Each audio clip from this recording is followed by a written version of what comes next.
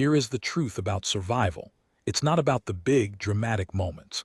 It's not about the gunfights or the last-minute rescues. Real survival is quiet. It's the sound of your own stomach growling at 3 a.m. when you can't sleep. It's the terrifying realization that you're running out of places to run. I thought I knew what struggle was. I'd weathered blizzards that could freeze the blood in your veins and faced down outlaws who valued your life less than a patch of grass for their horse. But I was a fool. I knew nothing about the human spirit until I met her, this whisper of a woman, looking at a plate of simple food as if it were a treasure, and saying with a voice that held no self-pity, "All I have is a warm meal." What she didn't know was how that simple confession would unravel a man who had built his life on the premise of needing nothing and no one. A man's life is a series of decisions, most of them small, adding up to the person he becomes. But every now and then, you face a decision that feels like a fork in the road, a place where the path you choose defines everything that comes after. For me, that moment began not with a choice, but with a sound I'd been dreading for weeks, the deep, groaning whistle of a winter wind, carrying the promise of snow that could bury a man alive. I'm not a man of many words, and I'm even less of a man for company. My name is Silas, and for the past 12 years, I've lived a solitary life in a small cabin at the base of the San Francisco Peaks in Arizona Territory. It was a choice born of a wounded heart and a hankering for silence. After my wife, Eleanor, passed from the fever, the world lost its color. The town of Flagstaff, just a day's ride away, felt like a cage. Every face was a reminder of what I'd lost, every cheery greeting a shard of glass in my gut, so I retreated. I built a life out of wood, stone, and solitude. It was a simple existence, tending to a small herd of cattle, hunting, trapping, and waiting for the male rider who came by once a month. It was a life of quiet desperation, but it was my life, and I had grown comfortable in its silence. The sign of a seasoned mountain man isn't his skill with a rifle, but his ability to read the land. And the land was screaming at me. For days, the sky had been a curious, sickly yellow, the kind of color that precedes chaos. The wildlife had gone quiet. Even the crows, those eternal gossips of the forest, had fallen silent. I'd spent the morning securing my cabin. I stacked extra firewood on the porch, reinforced the shutters, and checked the seal on the root cellar. I had enough salt pork, beans, and dried apples to last a month. I was ready, or so I thought. The first snow came just after noon, a soft, deceptive flurry that quickly turned into a furious, blinding wall of white. The wind howled like a pack of wolves, shaking the cabin's timbers and rattling the windows in their frames. I had just settled into my chair by the fire, a heavy wool blanket over my legs and a well-worn copy of The Last of the Mohicans in my hand when I heard it. It was a faint sound, almost lost in the storm's symphony. But there it was again. A sharp, insistent, and frantic knocking. For a moment I thought it was just a branch scraping against the door, but the sound was too rhythmic, too desperate. My heart lurched. Who in their right mind would be out in this? No one, which meant this wasn't a sensible person. It was someone in a world of trouble. I set the book aside, my hand instinctively reaching for the Winchester rifle propped against the table. My life had taught me that a stranger's knock could just as easily be a threat as a plea for help. The territory was a lawless place, and while I was known for being a hermit, I was not known for being an easy mark. I cracked the door open, just a sliver, the freezing wind instantly stealing the breath from my lungs and stinging my eyes. Through the swirling snow, I could make out a shape. It was a small, shivering figure, hunched against the gale. The figure was barely holding a lead rope attached to a horse that was little more than a ghost of an animal, a bony, exhausted-looking mare with its head hanging low. It was the horse that told me the truth of the situation. A man who meant trouble wouldn't have arrived on a half-dead horse. He'd have a strong, well-fed mount, the kind of beast that could carry him away from his crimes. I swung the door open wider. "Get in, quick!" I yelled over the wind, my voice hoarse. The figure didn't need to be told twice. They stumbled forward, almost collapsing through the doorway. I caught them by the arm, feeling how thin and frail they were beneath the layers of a heavy, tattered coat that was more mud and ice than fabric. I pulled them inside and slammed the door shut, throwing the heavy wooden bolt across the frame. The silence that followed was deafening, a stark contrast to the fury outside. I turned to look at my visitor. The stranger was a woman, and she was a mess. Her hat was a sodden, shapeless lump, and the scarf wrapped around her face was stiff with ice. She stood in the middle of my small cabin, swaying on her feet, her whole body racked with uncontrollable shivers. She was a bundle of ragged cloth and misery, and she looked about as fragile as a bird with a broken wing. The first thing I noticed was the child. A small boy, maybe 4 or 5 years old, was clutched to her side, hidden beneath her coat. He was as still as a mouse, his eyes wide and dark, clinging to his mother like she was the last solid thing in the world. "Lord Almighty," I breathed, the words escaping my lips before I could stop them. "What in the blazes are you doing out in this?"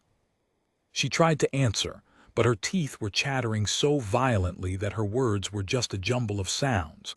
I could see the exhaustion in her eyes, a deep, hollowed-out look that I hadn't seen since the war. It was a look I recognized. It was the look of someone who had been running for so long, they had forgotten what it felt like to stand still. "Here," I said, gesturing to the chair by the fire. "Sit down before you fall down. Let me get you some coffee." I helped her into the chair, and she sank into it like a stone. She was still holding the boy, her arms locked around him in a fierce, protective grip.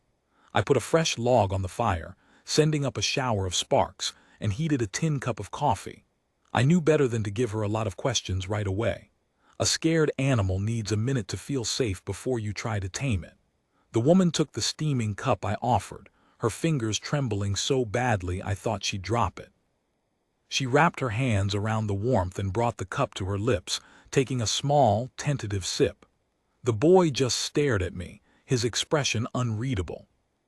I busied myself with tending to the fire and putting a pot of water on for some stew, giving her time to thaw out. I could feel her eyes on me, gauging me, trying to see if I was a threat or just another obstacle. I kept my back to her, making small, deliberate movements. I was a man of my own rhythm, and I wasn't about to let a stranger disrupt it, no matter how forlorn they looked. Still, in the quiet of the cabin, I could hear every shaky breath she took, every small noise of relief as the warmth began to seep into her bones. Finally, after what felt like an eternity, she spoke. Her voice was quiet but clearer now. "Thank you," she said. I thought we were done for." "No trouble, ma'am," I said, turning to face her. "A man would have to have a heart of stone to turn a woman and child away in a storm like this." I looked at her, truly looked at her for the first time. She was younger than I'd first thought, maybe in her mid-20s. Her face was gaunt, with sharp cheekbones and dark circles under her eyes, but underneath the dirt and exhaustion there was a striking resilience. Her eyes, a deep, startling blue, held a depth of sorrow that spoke of profound loss. "Where were you headed?" I asked, keeping my voice gentle. "We were just trying to make it to the next town," she said, her gaze dropping to the floor. "My husband, he was a scout for the cavalry. He was killed 3 months ago at the Battle of the Little Bighorn." The words hung in the air. The Battle of the Little Bighorn, Custer's last stand. It had been a massacre. A lot of good men had died there. "I'm sorry for your loss, ma'am," I said, the words feeling hollow. "That was a terrible day." "It was," she agreed, her voice laced with a bitterness that surprised me. "But it's the days after that are worse." And then she told me the rest of the story. Her name was Sarah. Her son was named Caleb. After her husband's death, the army had given her a small pension, but it wasn't enough to live on. She had no family to speak of, and her husband's people were out east. There was nothing for her but a constant, gnawing fear of the future. She had packed her few belongings, loaded up her son, and started walking. She had been trying to make it to California, where she'd heard there was work for women, but the journey had been a waking nightmare. She'd run out of money, her supplies had been stolen, and she'd been surviving on little more than wild berries and roots. When the storm hit, she was utterly lost. As she spoke, her voice was flat, devoid of emotion, as if she was reciting a story that had happened to someone else, but her eyes betrayed her. They were the eyes of a woman who had seen too much, a woman on the very edge of her endurance. It was then that I noticed the small gesture. Without looking down, she reached into the folds of her coat and found her son's small hand. She was tracing tiny circles on his palm with her thumb. It was a subconscious, intimate act of comfort. She was drawing strength from him, just as she was trying to give it to him. It was the most heartbreakingly beautiful thing I had ever seen. It was in that quiet, maternal gesture that I realized she wasn't just surviving for herself. "Have you eaten?" I asked, my voice thick. She shook her head, looking away quickly as if to hide her shame. "We haven't had anything proper for 2 days." The thought of that, of this woman and her son going hungry while I had a full pantry, made my stomach turn. "Well, you're in luck," I said, trying to sound cheerful. "I'm no master chef, but I make a mean bean and salt pork stew. It ain't fancy, but it's filling." I set to work, chopping the salted pork and adding it to the pot with the beans. I could feel Sarah's eyes on me, watching my every move with a quiet desperation. I added a handful of dried peppers for flavor, and the smell soon filled the small cabin, a warm, savory scent that seemed to fight back the cold. I ladled out 2 bowls, the steam rising in gentle clouds, and set them on the small table. "Come on now," I said, gesturing to the boy. "You too, son, there's plenty." The boy looked up at his mother, his eyes wide and questioning. She gave him a slight nod, and he scrambled down from the chair, his small feet padding across the wooden floor. They sat at the table, mother and son, and for a moment they just stared at the food. It was just a simple stew, the kind of meal I'd eaten 1,000 times without a second thought, but to them it must have looked like a feast. They started to eat, slowly at first, then with a hunger that spoke of days of deprivation. They were ravenous. I stood by the fire watching them. I felt a strange lump in my throat. The cabin, which had been my sanctuary, a place of solitude, now felt different. It felt more alive, warm.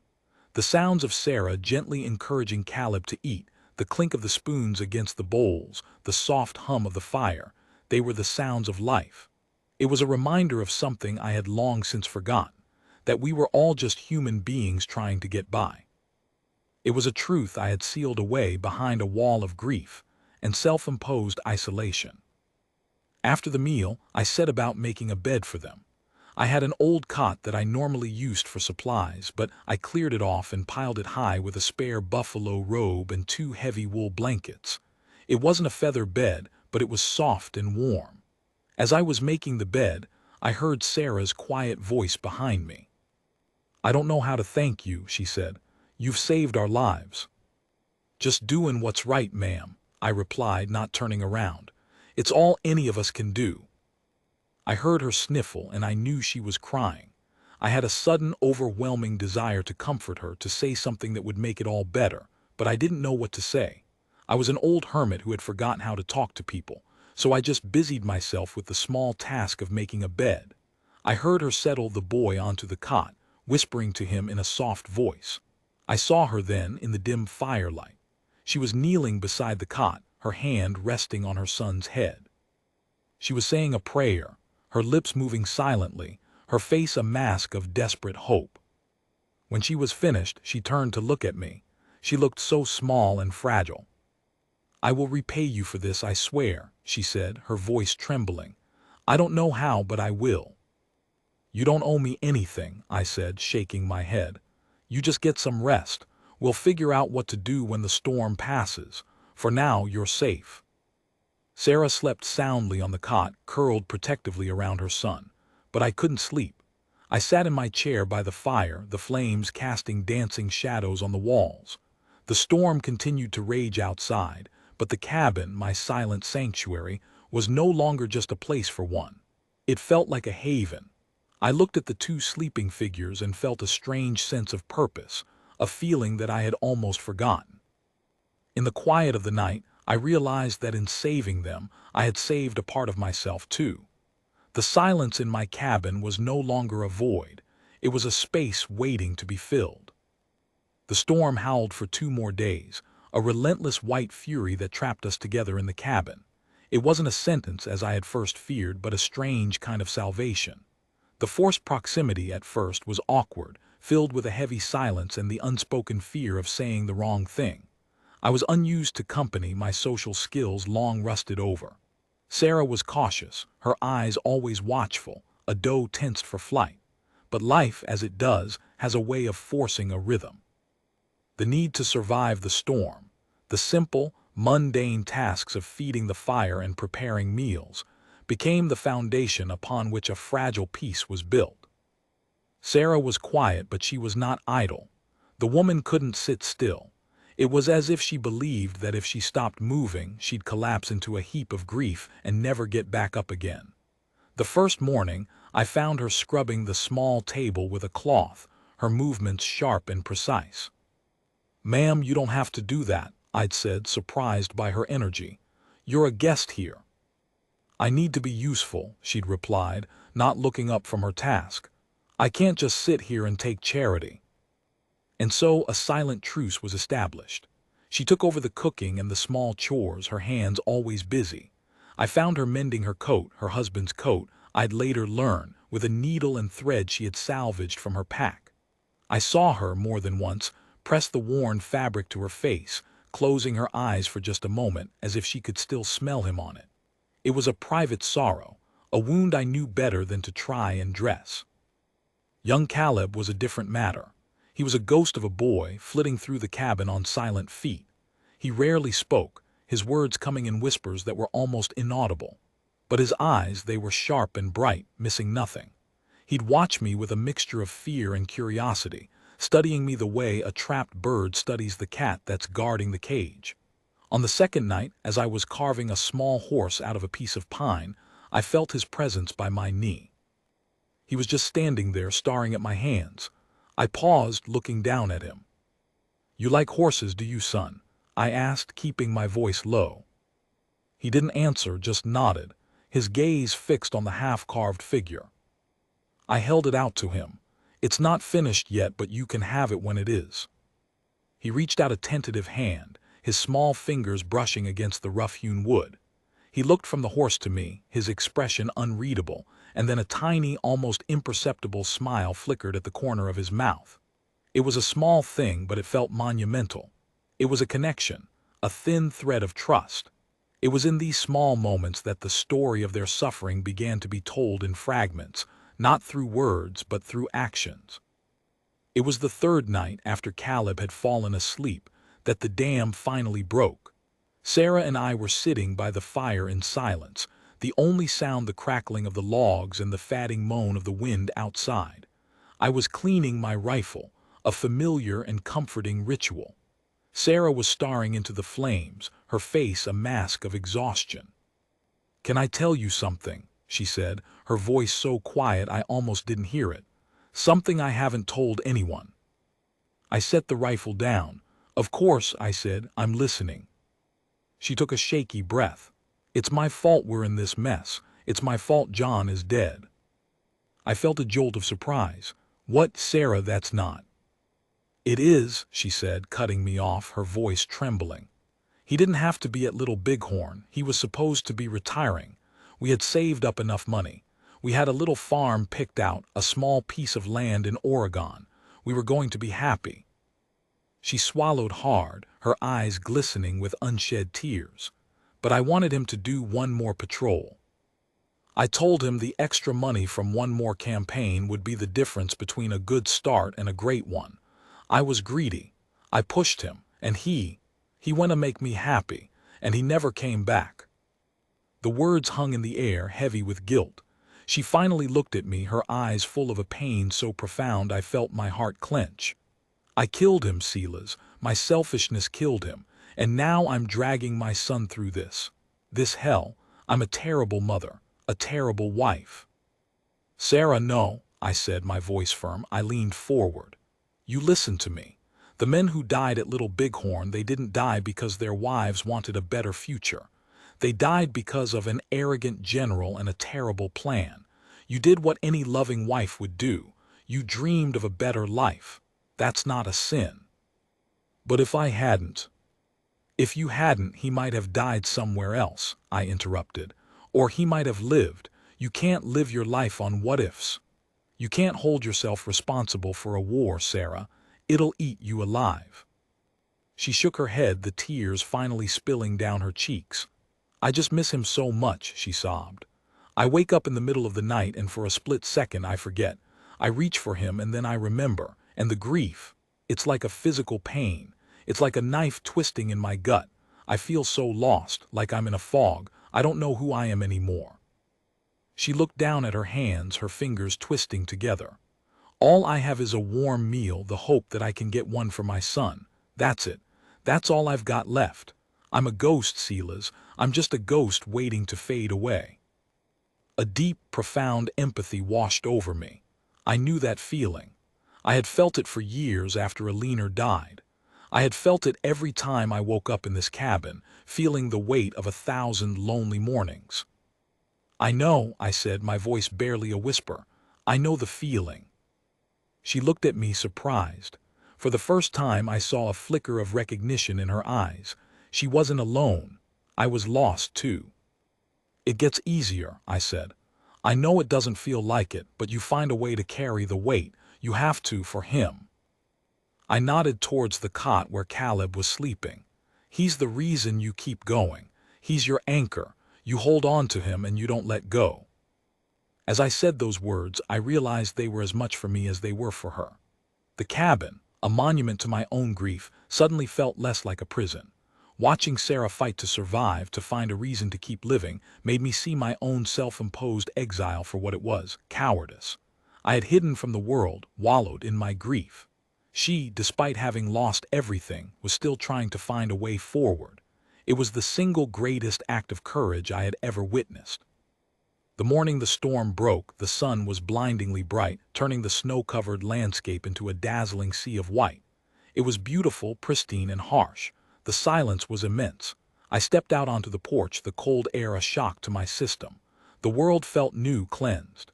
I knew with a heavy heart that Sarah and Caleb would soon be leaving. They had a journey to finish, and I would be returning to my solitude.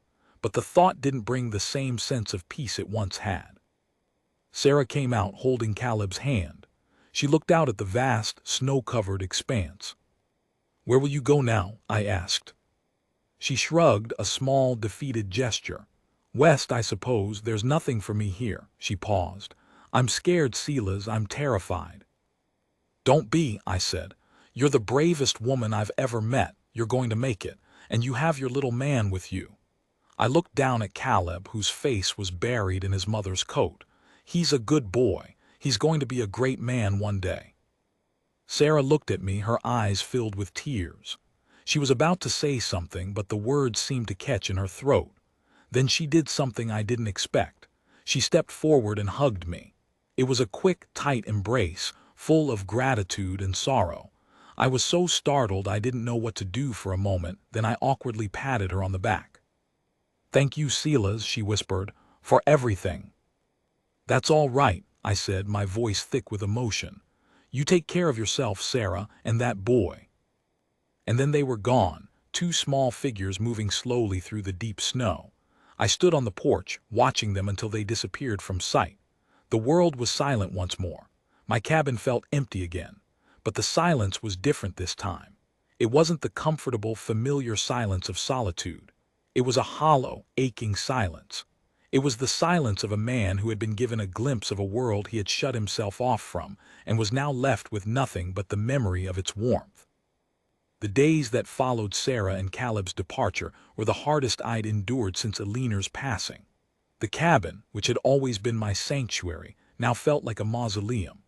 The silence that had once been a balm to my wounded soul had become a roaring, suffocating presence. I would find myself listening for the sound of Sarah's gentle humming as she worked, or the soft patter of Caleb's feet on the floorboards. But there was nothing. Only the tick of the old clock on the mantel and the crackling of the fire. I tried to return to my old routines. I went out to check on my herd, but my heart wasn't in it. I'd find myself staring at the horizon, searching for a sign of them. I'd even saddled my horse and ridden to the spot where I'd last seen them, my eyes tracing their path in the melting snow. I saw their footprints, side by side, small and large, leading away from my life and into the unknown. It felt like they had taken a part of my soul with them. I realized that I had become accustomed to their presence. I had begun to feel like a caretaker, a protector. It gave me a purpose I had long forgotten. And now that it was gone, I felt unmoored, drifting. A week passed, then two. Spring began to show its face, the snow melting into deep, brown mud, and the first green shoots appearing on the trees. I was in town one day, picking up supplies at the general store, when I overheard a conversation that made my blood run cold. "A woman and her little boy," one of the men was saying. "A regular Apache war party hit them just outside the old Miller place. Took the woman, left the boy for dead. He's with Doc Morrison now." I felt the world tilt on its axis. My heart slammed against my ribs. It couldn't be. It couldn't be them. I dropped the bag of flour I was holding, the white powder puffing up around my boots, and I was out the door before anyone could ask what was wrong. I ran to Doc Morrison's house, not bothering to knock, my mind a chaotic blur of terrifying images. I burst through the door, and there, sitting on a small cot, was Caleb. He was alive, but he was barely recognizable. His face was gaunt, his cheeks hollow, and he had a nasty cut above his eyebrow. He was staring into space, his eyes glassy and unfocused. He was a broken little bird. All the life that I had seen flicker in his eyes a few weeks ago was gone, replaced by a terrifying emptiness. My heart shattered. "Mr. Silas," Doc Morrison said, looking up in surprise. "What are you?" "The boy," I said, my voice trembling. "Is he all right?" "He's in shock," the doc said, shaking his head. "He hasn't said a word since he was brought in. They found him hidden in the brush near his mother's." He trailed off, unable to finish the sentence. "They took her. The Apache took her." I crossed the room in 2 strides and knelt down in front of Caleb. I took his small, cold hands in mine. "Caleb," I said, my voice low and urgent. "Caleb, it's me. It's Silas." For a long moment he didn't react. He just stared through me as if I was a ghost. Then a tiny flicker of recognition sparked in his eyes. His hand tightened around mine. "Silas," he whispered, his voice cracking. They took Mama. The men with the painted faces, they took her." A sob escaped my lips. I pulled the boy into my arms, holding him tight. I could feel his small body trembling, and I held him even closer, trying to pour some of my strength into him. "It's okay, son," I said, my voice thick with unshed tears. "I'm here now, I've got you." But it wasn't okay. Sarah was out there alone in the hands of an Apache war party. I had no illusions about what that meant. The stories were brutal, terrifying.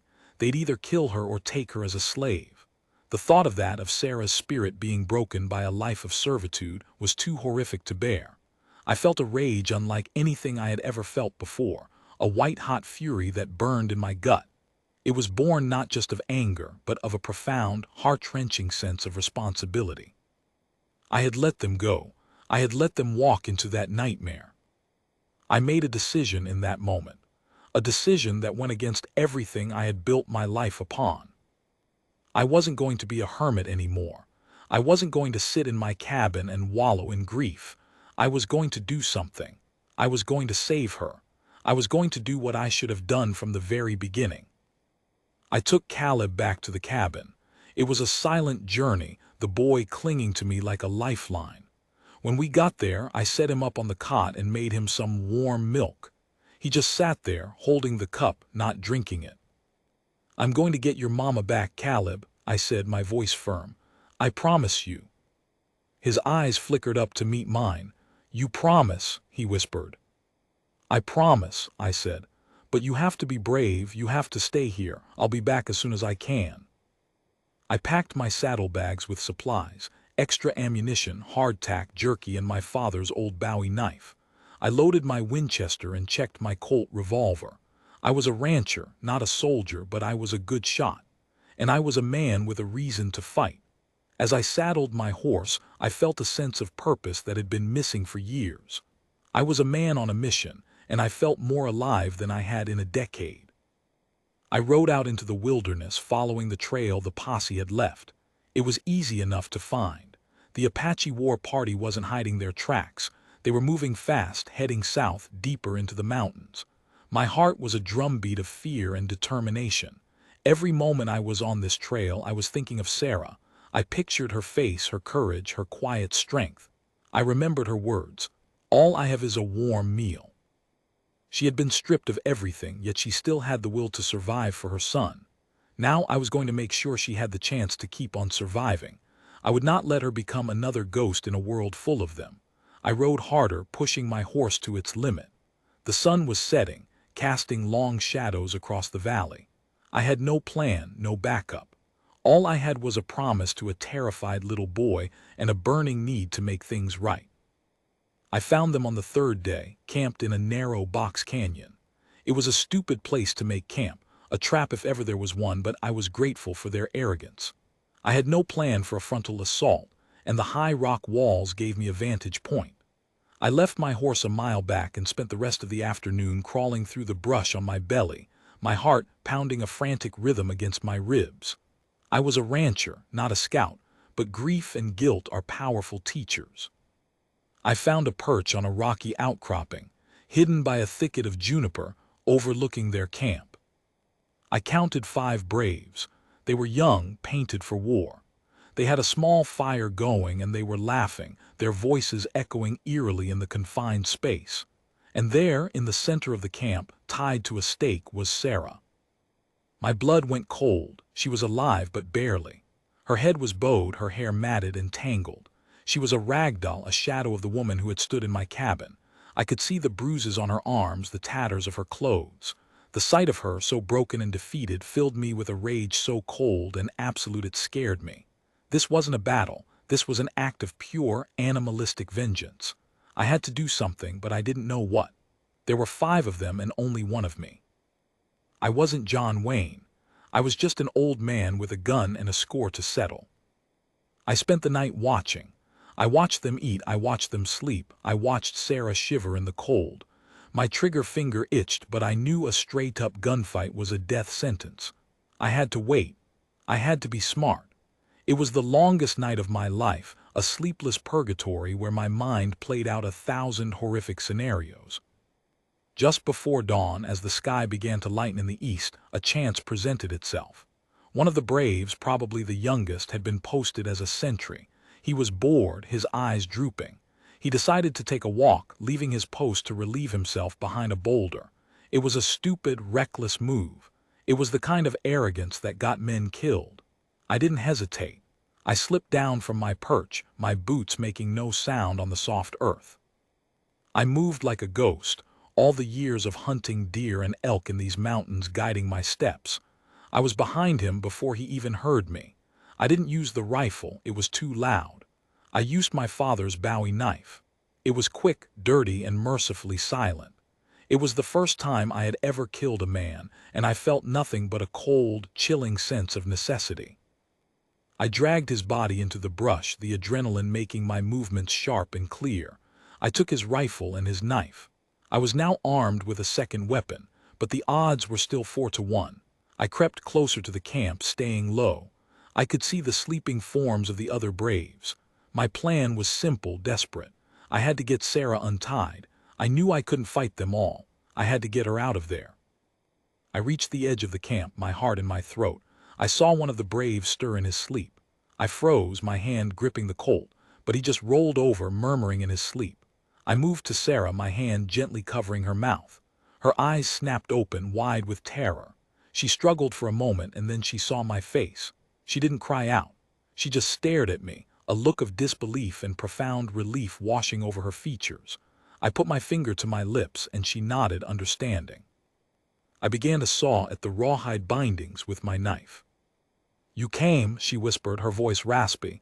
"You came for me." "SHHH," I said. "We're getting out of here." But it wasn't that simple. As I freed one of her hands, a branch snapped beneath my boot. The sound was a pistol shot in the quiet dawn. One of the braves sat up, his eyes instantly finding us. He let out a blood-curdling yell, grabbing for his rifle. There was no time to think. I lunged in front of Sarah, shielding her with my body as I raised the Colt. The Apache fired, the bullet whistling past my ear, so close I felt the heat of it. I squeezed the trigger and the camp exploded into chaos. It was a symphony of gunfire and shouting. I fired again and again, the roar of the Colt deafening in my ears. I saw one of the Braves drop, then another. But they were returning fire and I was a sitting duck. I felt a searing pain in my side, a punch that knocked the wind out of me. I stumbled, but I didn't fall. Sarah was screaming. I turned to see one of the Braves, a massive brute with a tomahawk raised high, charging towards her. There was no time to reload. I threw myself between them, using the empty Colt as a club. I swung it with all my strength, catching him in the temple with a sickening crack. He grunted and fell. The remaining Brave, seeing his comrades fall, decided discretion was the better part of valor. He sprinted for the mouth of the canyon, disappearing into the morning mist. It was over. A profound silence fell. The only sound was my own ragged breathing and the crackling of the dying campfire. The world was a blur of red and gray. I looked at my hands. They were shaking, covered in blood. Sarah was on her knees, her eyes wide with shock. I tried to take a step toward her, but a wave of dizziness washed over me. I put a hand to my side and it came away wet and red. "Silas," Sarah cried, scrambling to her feet and rushing to me. "Oh my God, you're shot."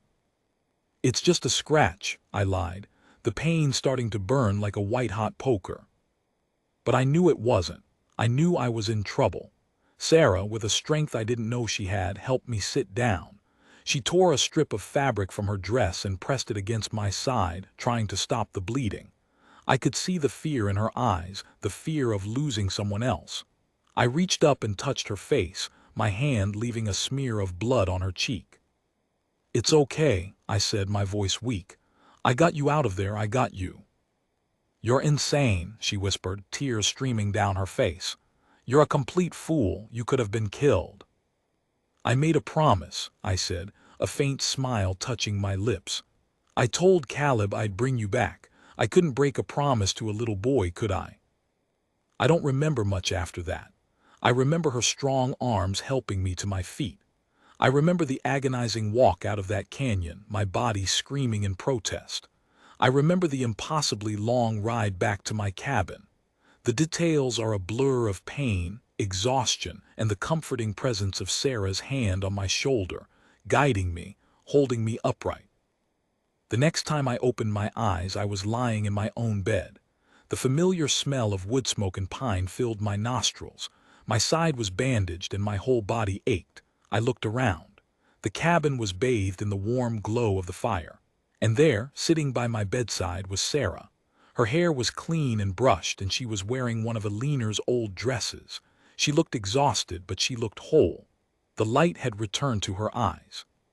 "You're awake," she said, a soft smile on her face. "You're here," I replied, my voice a hoarse whisper. "Thank the Lord." She leaned forward, taking my hand in hers. "You saved my life, Silas. You saved me." I felt a deep sense of peace. The pain in my side was a dull throb, but the pain in my heart, the old, familiar ache that I had been carrying for so long, was gone. It had been replaced by something else, a feeling of belonging, of purpose. I looked at Sarah and I saw more than just a survivor. I saw a woman of incredible strength, resilience, and grace. I saw a future. I saw a chance to be a part of a family again. "Where's Caleb?" I asked. "He's outside," she said. "He's been checking on you every hour. He was so scared he was going to lose you." As if on cue, the door creaked open and Caleb's small head appeared. His face lit up when he saw I was awake. He ran to the bed, a worried look on his face. "Silas," he asked, "are you going to be okay?" "I'm going to be just fine, son," I said, reaching out to ruffle his hair. "I'm a tough old boot." I watched them, Sarah and Caleb, my heart full. The cabin, my sanctuary of solitude, was now a home. It was filled with the sounds of life, of love, and of a new beginning. It wasn't the life I had planned. It was a life I never knew I wanted, but it was mine, and I wasn't going to let it go. The story that had begun with a storm and a knock on the door had ended not with a crash, but with a quiet miracle. Sarah and I weren't a fairy tale. We were two broken people, two shattered souls who had found a way to make each other whole. We had found a reason to live. We had found each other. The West was a harsh and unforgiving place. It had taken everything from us, and yet, in the end, it had given us something more valuable than anything we had ever lost. It had given us a family. Sarah, Caleb, and me. We were the leftovers, but we were together, and that was all that mattered. The fire crackled. Sarah's hand found mine. And in that quiet moment, I knew I was home.